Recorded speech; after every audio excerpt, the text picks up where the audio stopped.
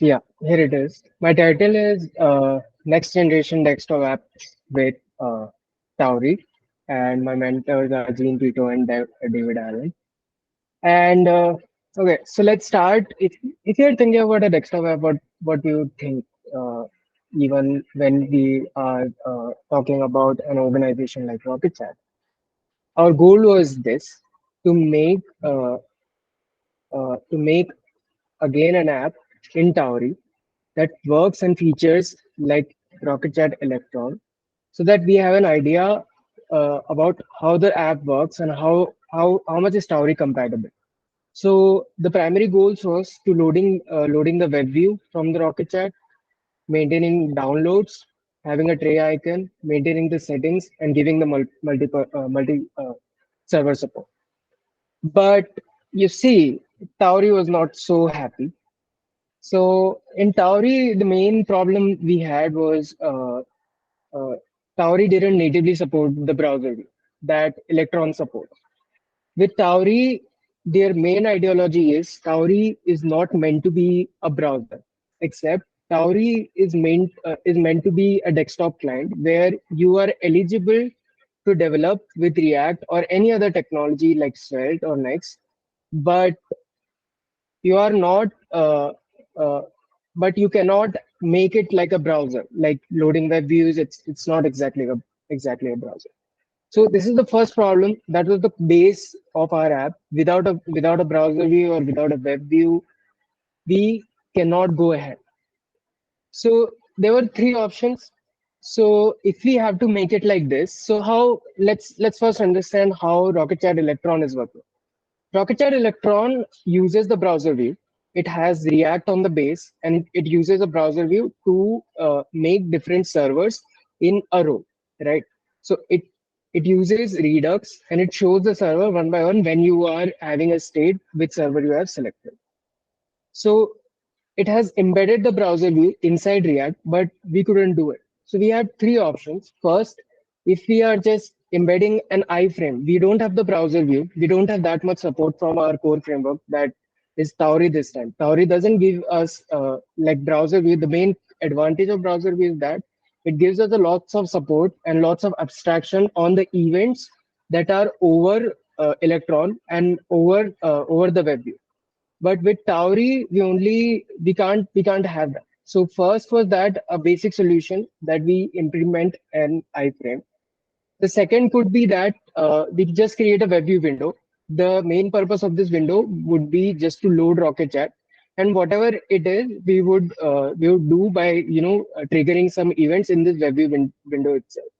Or third could be creating a native UI, making an app small, compact, that is kind of not a substitute but a assist for Rocket.Chat Electron that can help to quick answer messages and to quick answer chats. So this was a design of the native UI components, but and the native UI app. But we proceed ahead with that. But we figured out there are lots of things that we have to we need to be covering up, and it will take a lots of time. So moving ahead, we decided on going with the WebView window that is supported by Tauri, and to implement all those features that we are aiming for, and to understand what is the potential of Tauri now. Can we even use it in future to build apps for Rocket Chat or not? To build a desktop app, the desktop client for Rocket Chat or not? So this is the current app. So this loads up Rocket Chat correctly. So you can see all of your chats and it works. And it sends you notifications as well. So I have implemented notifications on that. So if I if I simply send a hello here, then I can see a notification here. So it is coming from Rocket Chat Tauri. So this was the first accomplishment that we had, that it is able to send notifications. I know that it sounds like very easy. Okay, the notification is implemented, but it's Tauri. I will explain you what are the challenges and how we are dealing with notification in that way. It it has an inbuilt download support, so you can download anything from here and save it from here and whatever. It has a tray icon that was in the aim, so you can quit it. You can toggle the focus of the app, or we have a preferences window. So in this preferences window, okay, so yeah, in this preferences window, it is the main it is the main hub for supporting multi server views. So with the multi server, you can add different servers in it, and you can make quickly make it default, and you can switch your servers. With that, I would like to switch on the core challenges that we face with Tauri. So the first was that with the notifications, it was the challenge with the notification itself, that we are loading a web view, and there is no support from our core framework to the web view. So the first was that how would we communicate between an external app, that is Rocket.Chat itself, and the Tauri app that is running natively with Rust. So the solution that we came up with was injecting scripts. So Tauri actually gives us an option where you can create your scripts and you can inject it. But there is another problem. If you have to inject the script, then there are three things that I will explain. But if you have to inject the script, we have to bundle it in such a way that it doesn't take much time. If your script is 3 MB or 4 MB, it is if the bundle size is too much, and if you have too much code for even images or something, then it won't be then you won't be able to upload it, and the app will crash. We were facing this error. Then we decided we will inject the scripts based on the needs. So in the preferences window, we have an option for allowing the notifications. So if the notifications are allowed, then the injection script for the notifications would be injected, else it won't be injected. So the challenge number two is abstractions for Tauri and IPC events. So why Tauri is different is with Electron, it works with Chromium in all three platforms, with even for Windows, Apple, and even for Chromium based, it uses only Chromium. But with Tauri, what they are doing is, for Microsoft, they are using Microsoft WebView 2.0. For Apple, they are using Safari's WebKit, and for Google, they are using Chromium. So for small events, like for download progress is supported in Chromium, but it is not supported in Safari or Microsoft WebView 2.0. So it was a main problem that Tauri Tauri doesn't give us any abstracts. So there is no abstract like check download progress, and it is handling all three platforms by itself. You have to do everything by yourself. So whatever download progress is coming to you, you have to check the platform first, and you have to do it. So it depends for all three platforms. You have to check for what are the IPC events, and what are the abstractions, how the browser will which browser it is, and how it will trigger the events, and what events you are going to catch. With that also, if even if the browser triggers an event, how to catch that event. So that is for that we are using the code injection thing. If a browser triggers an event, we'll catch that event. We will integrate with it with Tauri's inter-process communication, and the event will come back to the Rust code.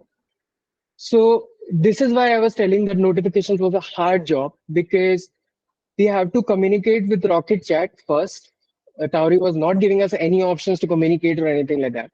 You have to inject a script in Rocket.Chat that catches the notification, that triggers that take hold of the Tauri API from the backend, and that triggers an inter-process communication, that message that goes to Tauri, and then after that we have to trigger the notifications API.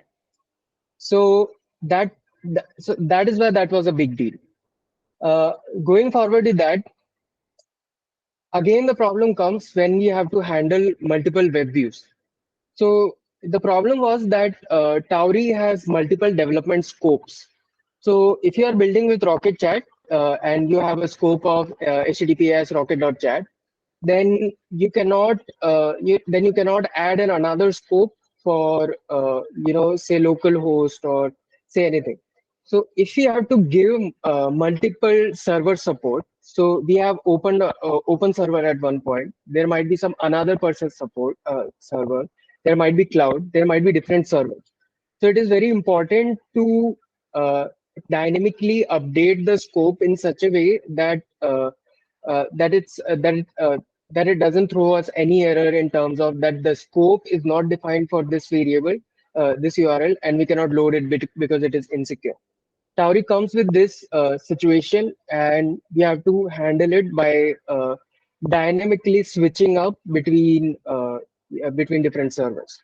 So that was one of the major problems with that. And the challenge number four was the docs itself. Tauri considers that you are a TypeScript developer or you are a JavaScript developer, and you will develop in JavaScript itself. So the next problem was with the docs itself. So the thing is, when you're see, we are making here a web view.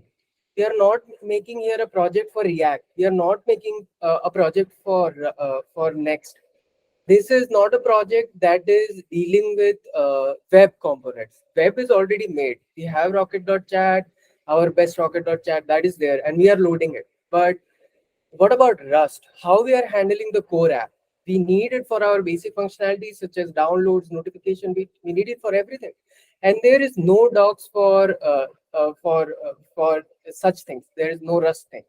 So the thing is, most of the times it happens that you would be browsing Tauri's code, and you are seeing what are the abstractions Tauri has made and what are the things that are available for you. So you have to get inside the repository. You have to fetch the code. You have to read the code, lots of code actually, to understand what is going on inside Tauri. Yeah, which gives us a better opportunity to if you're an open source developer, yeah, it's a great opportunity to explore Tauri and contribute to Tauri and making it better. But with docs, you have to just go to the issues, you have to go to the discussions, you have to go to Tauri community, ask your questions, and you get the answers. But you are for even for a small thing, you are not going to get direct documentation for everything. It is not done.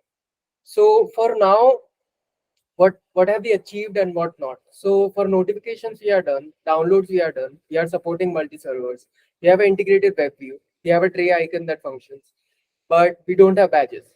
Badges, we have tried a lot with. What we tried was integrating Coco, just taking a hold of Coco itself, getting inside the person's Mac OS API, getting the hold of AppKit, and dynamically changing the icon in such a way that the icon updates as soon as you get a notification or something. We are managing an array, but that failed because macOS menu bar icons and macOS menu bars are made in such a way that you have to give it sort of an interval to reload, but you can't trigger them directly. So this was the project, and this was the ending note.